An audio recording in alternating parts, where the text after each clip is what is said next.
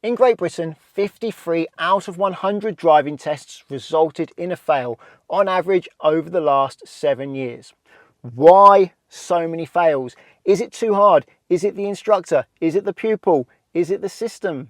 Well, I've been teaching people to drive in Great Britain for over 15 years now, and in this video I'm going to give you my opinion as to why so many people fail their driving test.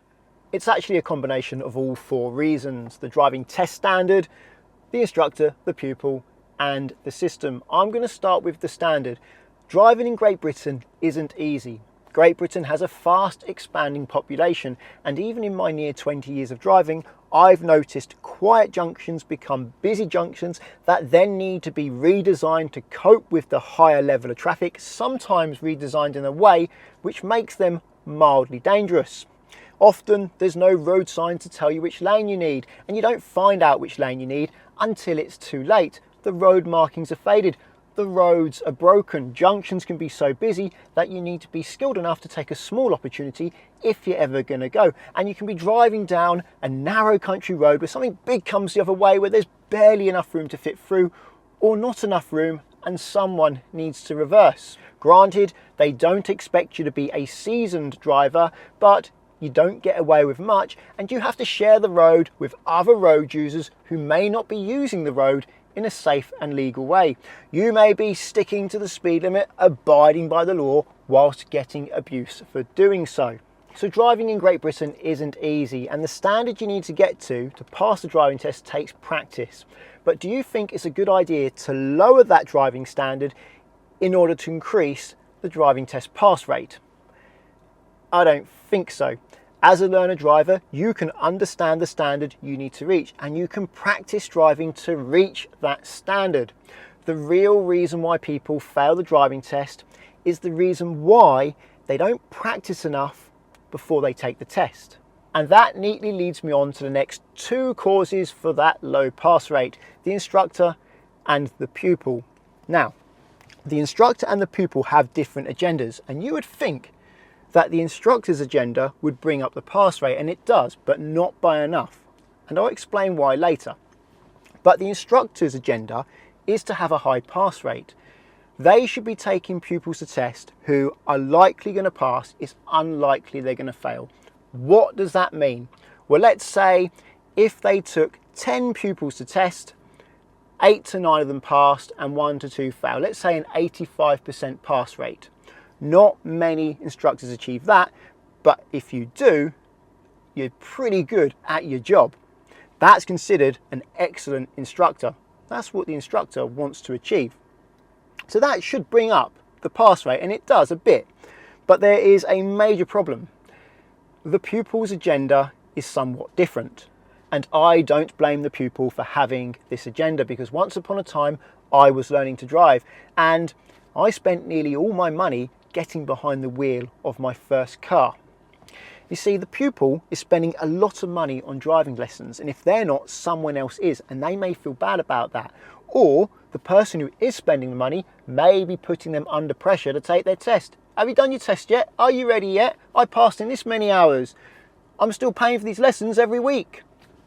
So it's quite easy to understand that the reason why a pupil may take the test when they're not ready is because if they get to that stage of driving where there's a chance they might pass, they're driving, they think, you know what, if I took my test and have a crack at it, I might actually pass this. Even if it's a 1 in 5 chance, or even as low as a 1 in 10 chance, they might be thinking it's worth a punt. I may do it. And the difference between a driver who has a 1 in 5 chance of passing or a 4 out of 5 chance in passing is actually quite a lot of practice. So there's a lot of money to be saved in doing the test too early if they get lucky and they pass. So it's not hard to understand why pupils are very likely going to want to do their driving test before they're ready. Sometimes though, I do get a pupil who's willing to take as long as it takes to get to that high level where it's unlikely they're going to fail, but that's not the norm.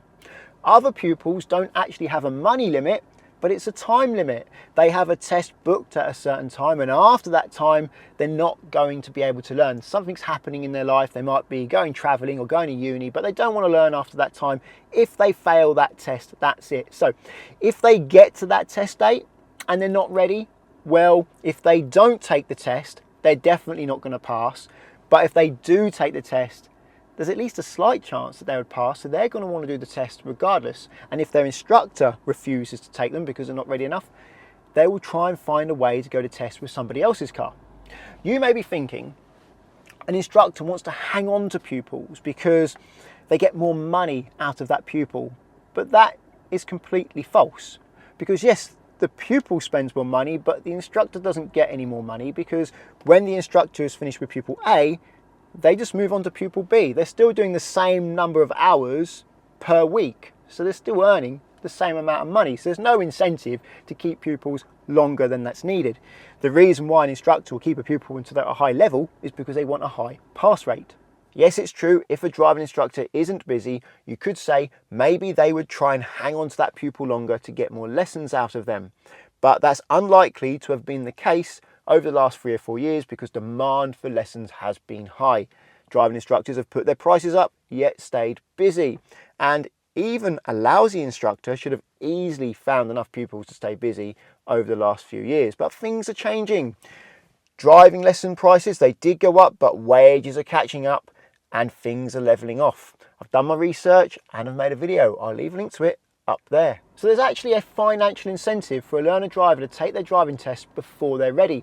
Because if there's a chance they will pass, there's a chance that they could save themselves a lot of money on driving lessons. And I think that's the greatest pressure in keeping the pass rate for the driving test in Great Britain down where it is at the moment and not allowing it to rise. No matter how hard driving instructors try or how hard the DVSA tries to bring that pass rate up. When I was learning to drive, it was a double whammy. There were 2 reasons why I took my driving test too early. One was money. Lessons were expensive and I was struggling to afford them. The other one, though, was the fact I was young in my year at school. What's that got to do with taking my driving test too early? Well, I have been into cars my whole life, as long as I can remember. And I had to take my GCSEs at the same time as all these other people in my class at school. Most of them, no interest in cars whatsoever, but I had to also watch them start to learn to drive and pass their driving test before I was even old enough to do so. Before I was even old enough to start learning, down to my date of birth. And I found that very unfair that I had to do my GCSEs at the same time as them, but I couldn't learn to drive until much later than them. It made me jealous and it really grated on me. So when I was old enough to finally start driving lessons, I wanted to do it pronto. And I took my test before I was ready and I nearly passed. At the time, I was livid. But in hindsight, I'm glad that I failed, and I'm glad that I took the extra time and paid for those extra lessons so that when I did pass, I was a competent driver. Because if I got lucky on that test and I did pass, I don't know what could have happened. I could have spent a lot more money on an accident, I could have reduced the quality of my life or somebody else's life from an accident, or could have even taken a life. All I know is I'm glad that I didn't pass that first test and that I don't particularly want to find out what would have happened if I did. It's definitely worth mentioning that in recent years, one reason why pupils have been pressured to take their driving test before they're ready is the waiting list. If they have their test coming up and they feel like they've got to wait 6 months if they want to push their driving test back, then they're unlikely going to want to push their driving test back. They want to give it a go just in case they pass. However, one way around this is to understand that if you want to find a cancellation, you can. In 15 years of teaching people to drive, my pupils have always been able to find a driving test cancellation when they've wanted to, as did I when I learnt to drive 20 years ago. My driving test was a cancellation. In fact, it was much harder to find them back then than it is now, because I actually had to phone someone up, press all the numbers on the options and wait on hold and talk to someone and just go online, log in and check. If you check every half an hour, you're probably going to find one very soon. And the advantage of doing it that way is that it puts the pupil under less pressure, because they know that if they fail it, if they wanted one in 2 or 3 weeks, they could probably get one.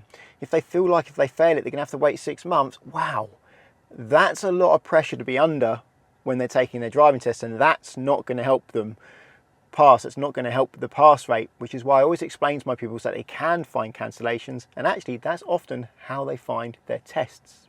In fact, even when the driving test waiting list has been at its longest, my pupils have still managed to find cancellations to book their test. Actually, the longer the queue, the easier it is to find a cancellation, or at least it seems that way. And I think that's because when you have a really long queue, a long waiting list, that means there's more people in that queue. Therefore, there's more chances of people to drop out and therefore more cancellations available.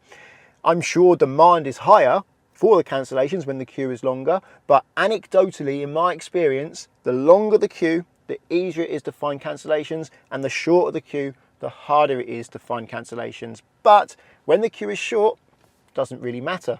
So I've explained why the driving instructor is trying to bring the pass rate up because they want a high pass rate, and the pupil is bringing the pass rate down because of money, amongst other things.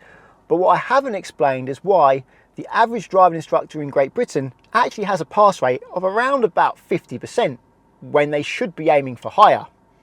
Well, that's down to customer service. So the driving instructor is trying to balance two things. One, being good enough for the DVSA, having a high enough pass rate that they're pleased, and the other is not annoying their customers.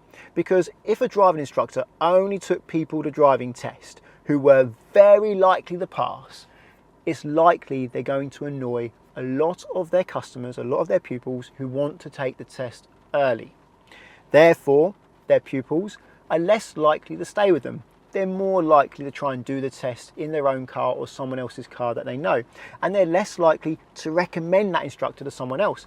That's going to hurt the instructor's business. So the instructor's trying to balance the DVSA with their business. If a driving instructor delivers high quality tuition, they're likely going to have happy pupils who learn quickly. But it doesn't matter how good an instructor gets, if they refuse to take pupils to test who have a low chance of passing, they're likely going to upset some of their customers. Now the instructor has a choice: please as many customers as possible, or do what, in my opinion, is morally correct. For me, I only take people to test if I feel they have an 8 or 9 chance out of 10 of passing the test. They take 10 tests, they'll pass 8 or 9 of them, because that's a high standard. I think expecting higher than that is unreasonable. And I don't want to help a pupil get through a test who has a low chance of passing, but then to find out that later on they hurt themselves or someone else, because then I'm going to feel partly responsible for that, which is why I have that high standard. How do I get around not annoying pupils? Well, it's not always possible. They are going to be annoyed sometimes, but what I try to do is early on in their lessons, I explain to them I'm going to teach them to the best of my ability, try and teach them as quick as I can, but I'm not going to allow them to go to test until they reach that high standard. For some people, that's right away, they're put off. They don't want to have lessons with me. That's fine. That's good for me because I'm not delivering a service that someone's not looking for, and I can move on to the next customer quickly until I get a customer who is looking for that level of service. Recently, the DVSA actually introduced a trigger point of 55%, along with some other trigger points. But the 55% means if a driving instructor's pass rate drops below 55%, then they may be called to do a standards check. Basically, check up on the instructor to make sure they're doing their job properly. If you're above that percentage and the other trigger points aren't triggered, then they should be okay. And I believe they chose this 55% because it's a bit above the average instructor at the moment. So they're trying to bring up the pass rate of the average instructor. If the average instructor got to 55%, they'll probably move it to 60, but we won't know unless that happens. But that's one way the DVSA are trying to increase the pass rate, by putting more pressure on instructors to have a higher pass rate. So far I've talked about how hard the driving test is, how the pupil may want to do their driving test before they're ready, often because of money, and how the driving instructor may be pressured to take that pupil to test before that pupil is ready, for customer service, for good business, ultimately because of money. A lot of things come down to money, don't they? They say follow the money and you will find the answer. But, and I'm not saying it's only money, there are other things, but that is a big factor. But what I haven't talked about is the DVSA. And they actually want to increase the pass rate, and one way in which they've done that is with the trigger points for driving instructors, but also the Ready to Pass campaign. And the pass rate, to be fair, has increased slightly in recent years. But lots of other things have happened in the world in recent years. Their changes haven't happened in a vacuum, so it's hard to say whether or not their changes have resulted in the slight increase in the pass rate. Long term, we will probably know. Unless they make other changes, then we will never know. But there is something the DVSA do, which I believe levels out the pass rate. It prevents the pass rate from changing very easily. And that is the examiners, all around about 1,500 of them. Their performance is monitored based on their pass rate. And if driving instructors suddenly started bringing pupils who are more likely to pass a driving test, well, the examiner's pass rate is going to start going up, and they're going to look at that and think, oh crikey, my pass rate's going up. Maybe I'm being too lenient. Maybe I need to be harsher. Now don't get me wrong, an examiner is not going to fail a pupil who's done an excellent drive, and they're not going to pass a pupil who's done a terrible drive. But if their pass rate's a little bit high and they have a test where the person could, oh, that's a maybe pass, maybe fail, and they want to reduce their pass rate a little bit, they may decide a fail to influence their pass rate. Now, I don't know this happens. The DVSA do not set goals for the driving examiners. But what I do know, and what I can do, is put 1 and 2 together. If you've got around about 1,500 employees and you monitor their pass rate and you investigate them based on whether or not their pass rate is in the normal zone, what do you think is going to happen? However, I don't think the examiners having their pass rate monitored is influencing the pass rate at the moment. All I'm saying is that it has the potential to, if instructors were to suddenly start taking pupils to test who are more likely to pass. I think that would then have an effect, because suddenly their pass rates will be going up, but maybe it won't, because they'll see everybody else's pass rates going up and they won't be too concerned about it. Ultimately, the reason why the pass rate is where it is, and it's very difficult to get it to change, and even the trigger points or the Ready to Pass campaign and all the pressure that gets put on driving instructors to bring pupils to tests who are ready is probably not going to make a huge difference, only a slight difference. It comes down to money, as a lot of things do. The pupil is paying for those lessons, and the instructor wants to please their customer so they have repeat business, good business. Ultimately, that is money. How about the power of people though? What do you think the DVSA could do to increase the pass rate without lowering the driving test standard, and obviously without addressing the money issue? Because there's nothing they can do about the money. They can't choose how much a driving instructor charges for lessons. That's down to supply and demand. Is there anything you think the DVSA can do to bring that pass rate up without reducing the driving standard? Well, I hope this video has been interesting. If you think it has, please give it a thumbs up. And if you're looking for car insurance, check out the links to Collingwood and Confused in the description. If you're learning to drive and want to insure yourself on somebody else's car, then Collingwood are there for you, because you can do so without affecting the owner's policy. And that takes away a big stress from the owner of that car that you're using to practice your driving in. Via the link at the moment is up to 35% off and a £20 Amazon gift card. If you're insuring your own car, I recommend checking out the link to confused.com, because you fill out one quote form and get loads of quotes back from many insurers to compare who's cheapest, and you can change your car on that quote as many times as you like without having to do the whole quote. You just change the car and recalculate. That's a quick and easy way to compare how much it costs to insure different cars. Using the links doesn't cost you anything, but it does support the channel, so thank you very much. Subscribe to get my future videos, and until the next one, cheerio.